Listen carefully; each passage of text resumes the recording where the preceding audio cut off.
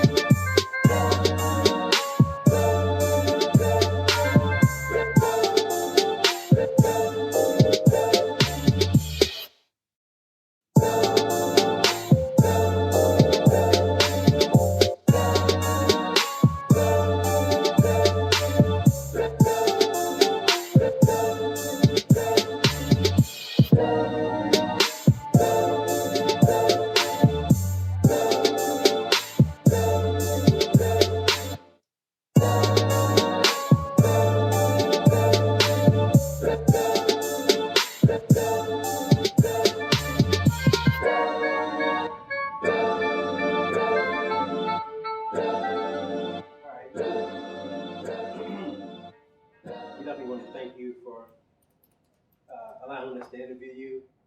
This is actually our first interview. Oh, really? For our network television station. Well, it's my honor. Yes.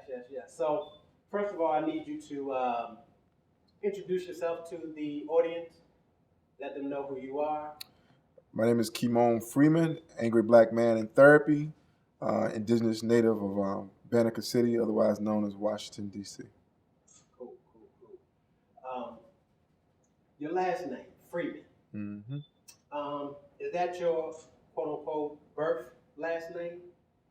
No, I replaced my slave name with Freeman after reading the autobiography of Ashada Shakur. I believe her grandmother was a Freeman, and she talked about the history of the name for black people, because in this country, a lot of slaves, when they were allegedly emancipated, they didn't want to keep their master's name, so they took on Freeman.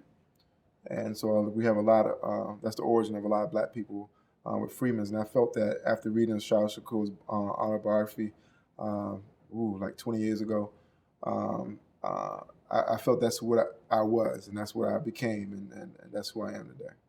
Cool. As far as your journey, as far as being an actor, can you tell us how it started and how it got you from beginning to here?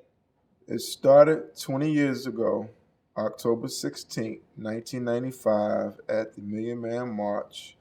Not because of anything that was said from the stage necessarily.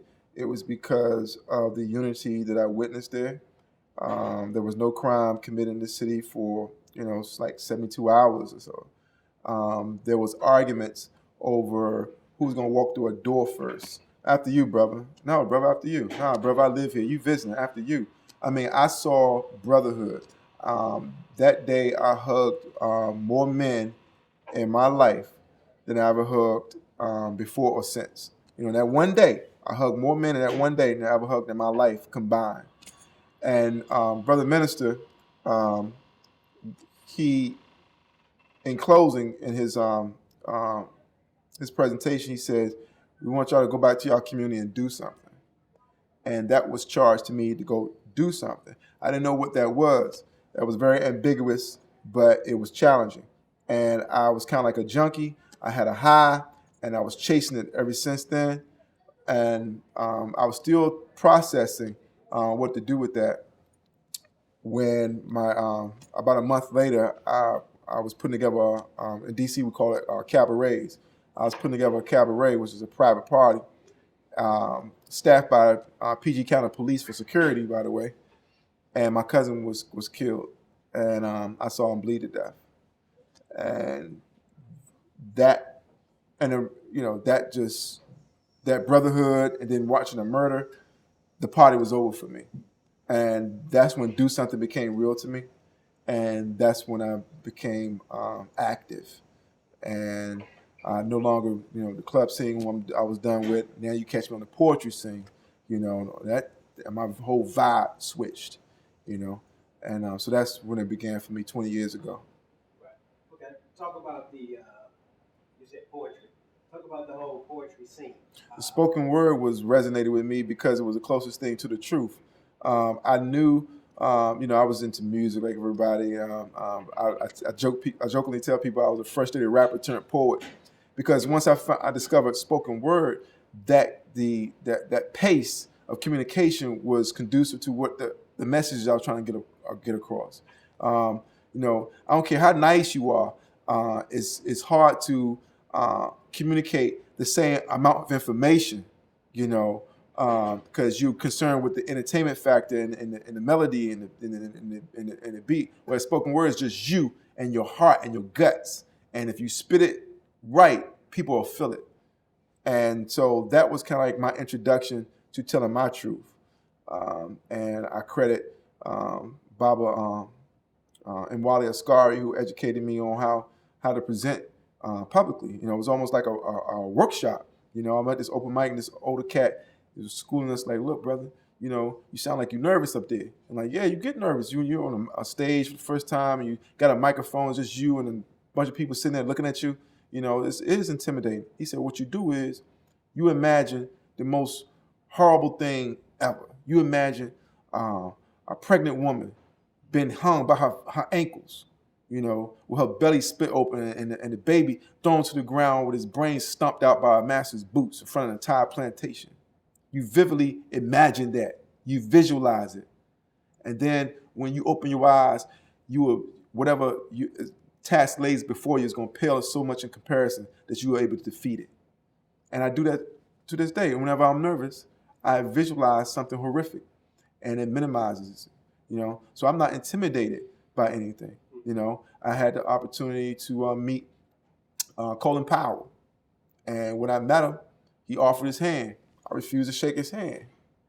So I'm sorry, brother, but I can't do that.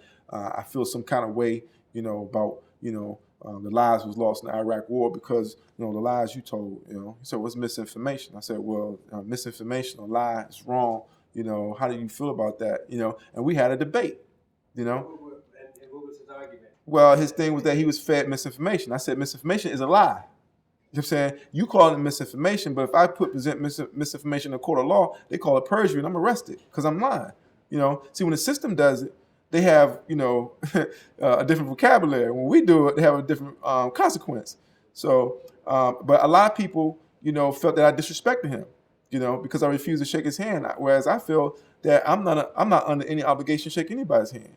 So we're here at George Washington University, a very progressive institution, honorable institution. But if George Bush walking here, they're gonna be shaking his hand, we'll take pictures with him. And I'm like, I'm not with that. Black and white alike. Black and white alike. I'm not in awe of their symbols of power. I'm into the truth. And the truth is, he's a war criminal. I'm not shaking your hand. The truth is, Adam Clayton. Clayton Powell, excuse me. I'm about to say Adam Clayton. Shout out to Adam Clayton Powell. But he made it possible because it was his credibility. So he sold it. Right. So he actually had a debate with you. Like how long? Colin Powell sold it. Right. How long did that conversation with you? We was at we was on a National Press Club. It's actually on YouTube. I urge your listeners to go check it out. You just Google on YouTube. You go to Kymore Freeman. The man that wouldn't shake his hand, and it's me and Colin Powell debating in the National Press Club. Okay. It was about 5 minutes or so, and he talked about Black Lives Matter because I asked him. I said, "What do you got to say about police killings?" He said, "Well, we need to teach our young people how to deal with the police." I'm like, "Whoa, we ain't spread our butt cheeks wide enough for them? Just a little wider for you, So I urge people to go check it out. The man that wouldn't shake his hand. Kymore Freeman, YouTube. And this, I want to touch on the poetry thing. So for a second. I would like to say spoken word because that's a little more aggressive. Because poetry, it makes it sound like roses are red and violets are blue. But I'm more like the last poets. And it's, cool fool as the nightstick graciously glides upside your head. Right. Right. And what I was going to say was, what during your early stages of the spoken word, what was your message? Or do you have the same message now that you did back then? My message then was pure, unadulterated anger. And like my first poem was Black Angels in Flight. Black Angels in Flight. And it was, I wish that, I mean, it's 20-year-old poem, so I can't give you the poem. But, my message, I guess my message didn't change. I think it was a little bit more violent in the beginning, because I was a young man, so I had a lot of anger. I was thinking about revolution and the violent overthrow of a system, not realizing that revolution is internal. It starts internal. You can't change anything until you change yourself. You know what I'm saying?